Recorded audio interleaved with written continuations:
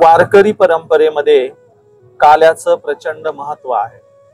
वारकरी संतांची वारी पूर्ण झाल्यावर एकमेकांना आलिंगन देऊन, एकमेकांच्या पडशा एकमेकांना देऊन दह्याचा, मुरमुऱ्यांचा, साखरेचा काला करून वारकरी सगळे गावाकडे परततात। वारकरी परंपरेत हे काल्याचं जे महत्व आहे ते एकूण वारकरी संतांनी कृष्ण चरित्रातून घेतलेलं आहे।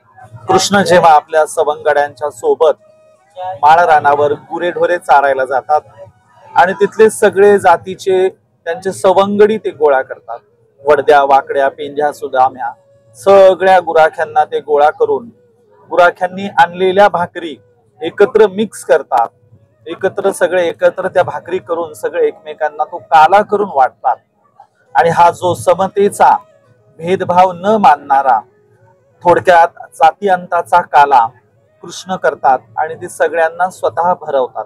हा अत्यंत सुंदर, प्रेरणादायी, गोड प्रसंग संतांनी वारकरी संत मंडळात घेतला आणि वारकरी संतांनी हा कृष्ण चरित्राचा काला सगळ्यांनाच करायला सांगितलं।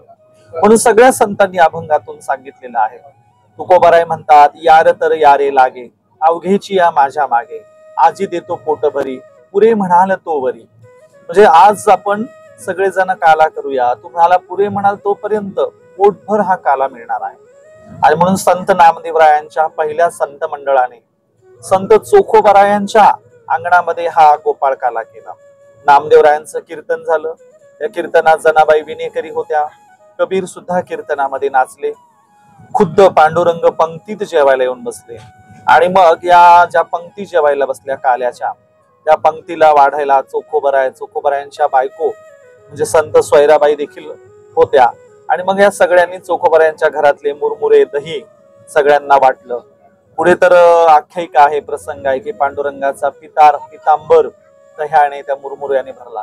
म्हणजे मनगट हात भरेपर्यंत पांडुरंगाने हा काला खाल्ला। एका अस्पृश्य संताच्या दारात नामदेवरायांनी जाती अंताचा काला केला, समतेचा काला केला।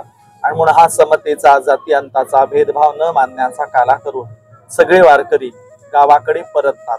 आणि म्हणून हा संत चरित्रातला जो काला आहे तो समतेचा आहे, भेदभाव न मानण्याचा आहे। तो कृष्ण चरित्रातून काला आला, पुढे चोखोबारायांच्या अंगणात नामदेवरायांनी तो काला केला। आपणही भेदभाव न मानण्याचा हा गोपाळ काला गावखेड्यात नेला पाहिजे आणि सगळ्यांमध्ये वाटला पाहिजे। आपणही भेदभाव करणार नाहीत असा प्रण केला पाहिजे, अशी शपथ घेतली पाहिजे आणि संतांचे काल्याचे अभंग नक्की वाचले पाहिजे। एका ठिकाणी तुकोबाराय म्हणतात की वैकुंठात सुद्धा हा काला होत नाही, वैकुंठी नाही कवल काल्याचे, असा अभंगातलं त्यांचं एक चरण आहे। आणि म्हणून वैकुंठ कोपाट जुनाट झोपडी, तिथे तुम्हाला काला मिळणार नाही, इतका स्वर्गीचा सुख सोहळा देखील मिळणार नाही, समता मिळणार नाही। आणि म्हणून आपण सगळ्यांनी इहलोकीचं, समतेचं पंढरपूर पाहावं, अवश्य गोपाळ काला करावा। धन्यवाद।